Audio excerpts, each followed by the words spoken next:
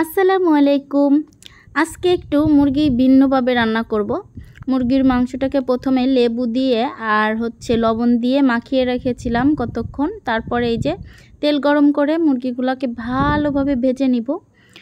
তারপরে আমি ভাজা থেকে উঠিয়ে নিলাম, কড়াই থেকে উঠিয়ে এই তেলের ভিতরে দিয়ে দিব কতগুলা পেঁয়াজগুলা একবারে লাল লাল করে ভেজে নিব, এক বেরেস্তার মতো করে ভেজে নিব। ভেজে কিছু পেঁয়াজ আমি আলাদা করে বাটিতে উঠিয়ে রাখব। তারপর একটা অন্যরকম স্পেশাল একটা মুরগি ভুনা হতে চলেছে। এটা আপনারা চাইলে পোলাও দিয়েও খেতে পারেন, আবার চাইলে এমনিতেও ভাত দিয়েও খেতে পারবেন, আবার চাইলে আমি যেটা করছি সেটা পোলাওর ভিতরে দিয়ে বিরিয়ানি করে ফেলছি। তো খেতে কিন্তু অসাধারণ হবে নিশ্চয়ই। দেখুন এই যে কাজু বাদাম বাটা, আদা বাটা আর সামান্য কিছু পেঁয়াজ রাখছিলাম, ওইটা দিয়ে ভালো মতো নেড়ে চেড়ে ভালো মতো কষিয়ে নিব। সামান্য অল্প পরিমাণে পানি দিয়ে মশলাটাকে ভালোভাবে কষিয়ে নিব। তারপর এটার ভিতরে আমি কিছু মশলা অ্যাড করব। সেই মশলাটা একটু লবণ দিব, তারপরে প্যাকেটের যে রোস্টের মশলা আছে সেই মশলা আমি এখানে দিয়ে ভালো মতো কষিয়ে তারপর আমি মুরগিটাকে রান্না করব। আজকে আমার জন্য একটা স্পেশাল দিন।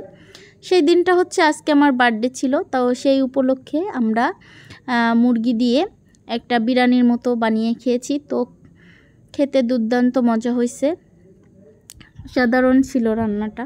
আসলে বর্তমান যুগে ইউটিউব দেখে যারা রান্না করে বা ইউটিউব দেখে যারা রান্না শিখে, একটা সময় ছিল যে আমি কোনো রান্নাই পারতাম না, আমি শুধু ভাত রান্না করতে পারতাম, তাও ভাত নরম হয়ে যেত।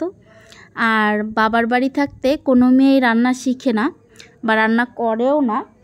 শ্বশুরবাড়ি আসার পর আস্তে আস্তে যখন দায়িত্ব নিজের কাঁধে পড়ে, তখন কিন্তু মেয়েরা অনেক কিছু শিখে যায়।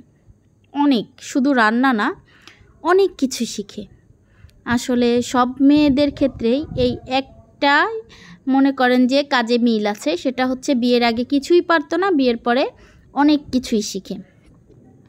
যাই হোক, বলতে বলতে আমার মুরগিটাকে ভালো মতো কষানো হয়ে যাচ্ছে। এই দেখুন, কষানো দেখেই কিন্তু বুঝতে পারছেন যে মুরগিটা খেতে কতটা সুস্বাদু হতে পারে। আপনাদেরকে তো আর দিতে পারবো না, শুধু রান্নাটাই দেখিয়ে দিলাম। তো আপনারা চাইলে এভাবে মুরগি ভুনা করে খেতে পারেন বাসায়। যারা একবারেই পোলট্রি মুরগি অপছন্দ করে তাদের জন্য। পোলাওর ভিতরে দিয়ে রান্না করব নাকি আলাদা পিস উঠাই নিব? তা বললো যে দিয়েই দাও পোলাওর ভিতরে, কারণ যে কি জানি বলে সপ্তাহে এক প্যাটের ভিতরেই যাবে, তাই না? এই জন্য আমি কিন্তু এখন দিয়ে দিচ্ছি, এভাবে রেখে দিব। শেষ, রান্না শেষ।